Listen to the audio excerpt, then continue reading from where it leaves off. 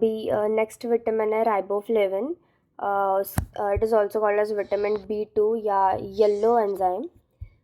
इसका स्ट्रक्चर होता है dimethyl iso एलोक्साइन ring to which ribitol is attached. Dimethyl iso एलोक्साइन assign ring to which ribitol is attached. और ये इसके एक्टिव फॉर्म में कन्वर्ट होता है पहले तो फ्लेवोकाइनेज से.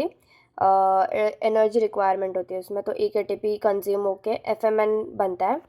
और FMN पे फर्दर FAD सिंथेस काम करके FAD बनता है. इसमें भी ATP यूज़ होता है. इसकी जो कोएंजाइम एक्टिविटी होती है, तो इसके कोएंजाइम्स को बोलते हैं फ्लेवोप्रोटीन्स, और ये FMN और FAD है.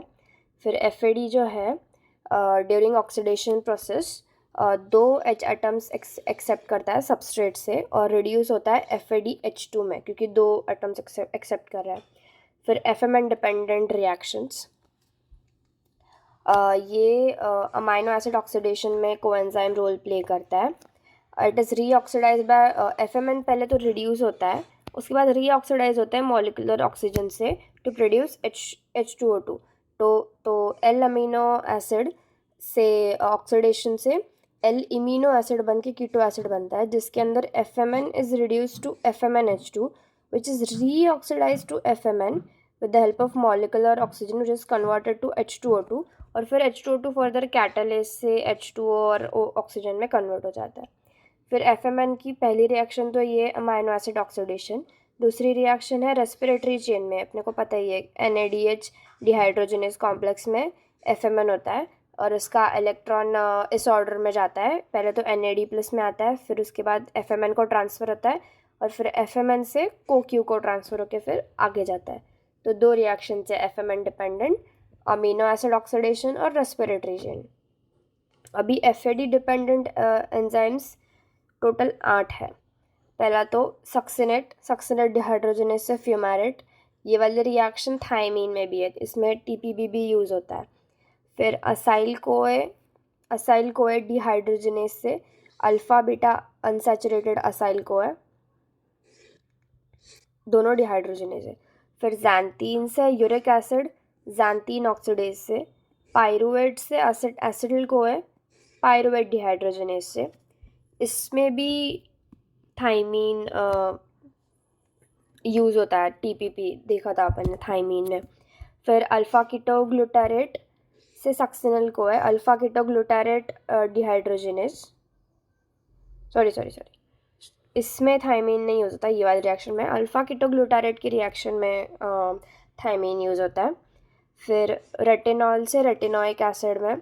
रेटिनॉल मतलब विटामिन A, तो साइटोसोलिक रेटिनल डिहाइड्रोजनेस. और यहाँ पे देखो, यहाँ पे रेटिनॉल है, रेटिनोइक एसिड है और ये साइटोसोलिक रेटिनल डिहाइड्रोजनेस है. फिर 7th reaction is 5,10 methyl THF is converted to 5-methyl THF tetrahydrofolate methylene THF reductase से. मोस्टली तो देखें तो इसमें डिहाइड्रोजनेजेस ही है. ये एक मिथिलिन THF रिडक्टेज एक है और एक जैंतीन ऑक्सीडेज एक अलग है, बाकी तो सारे डिहाइड्रोजनेज ही है. और फिर ये ट्रिप्टोफैन टू नियासिन कन्वर्जन में भी यूज़ होता है. अब इसकी डेफिशिएंसी, तो इसकी नेचुरल डेफिशिएंसी तो काफ़ी अनकॉमन है. ये जब होता है तो मोस्टली उसके साथ बेरी या पेलाग्रा या क्वाशरकर या कोई और डिसीजेस हुए रहते हैं. इसके मैनिफेस्टेशंस मोस्टली स्किन या म्यूकस मेम्ब्रेन पे दिखते हैं. तो 8 मैनिफेस्टेशंस है. Glossitis, magenta coloured tongue, cheilosis, angular stomatitis, circumcorneal vascularisation, proliferation of bulbar conjunctival capillaries. ये अर्लीस्ट साइन होती है. proliferation of bulbar conjunctival capillaries due to interference with iron metabolism, normochromic normocytic anemia, irregular ridges in nails.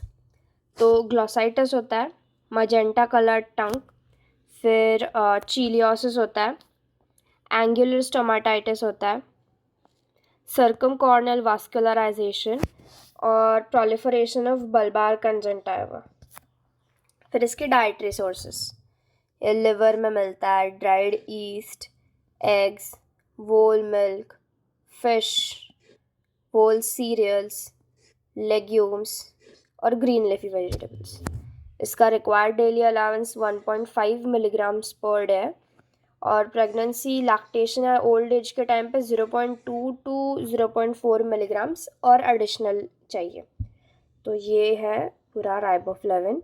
इसके headings एक बार देख लेते हैं। Structure, coenzyme activity, फिर FAD, एफएमएन dependent reactions, FAD dependent reactions, फिर उसके डेफिशिएंसी मैनिफेस्टेशंस, उसके बाद डाइटरी सोर्सेज और required daily allowances. Okay, thank you.